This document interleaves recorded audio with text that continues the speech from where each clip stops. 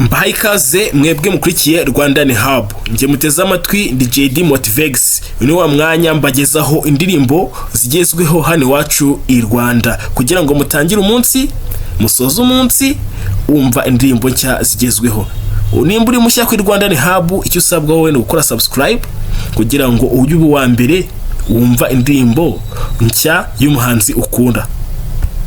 Uyu munsi rero umuntu adukoreye mu nganzo bamwita Logan akaba yasohoye indirimbo nshya yise ya kweli.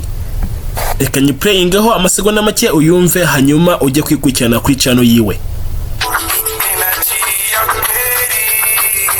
Producer wakoze ino ndirimbo bamwita Yaman. Logan wasohoye ino ndirimbo akamuri kuno kwezi maze gusohoramo indirimbo ebyiri nk'umuntu uri umuhanzi ukiri kuzamuka kugira ngo ibikorwa bye bihure mu matwi y'abanyarwanda, hanyuma tumushyigikire. Aheruka gusohora indirimbo ashizemo iminsi 13 asohoye indirimbo yafatanyijemo no bita Pasi Kizito bise aho bibera.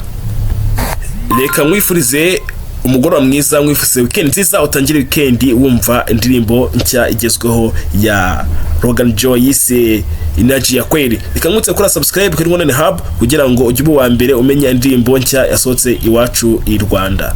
Ciao ciao.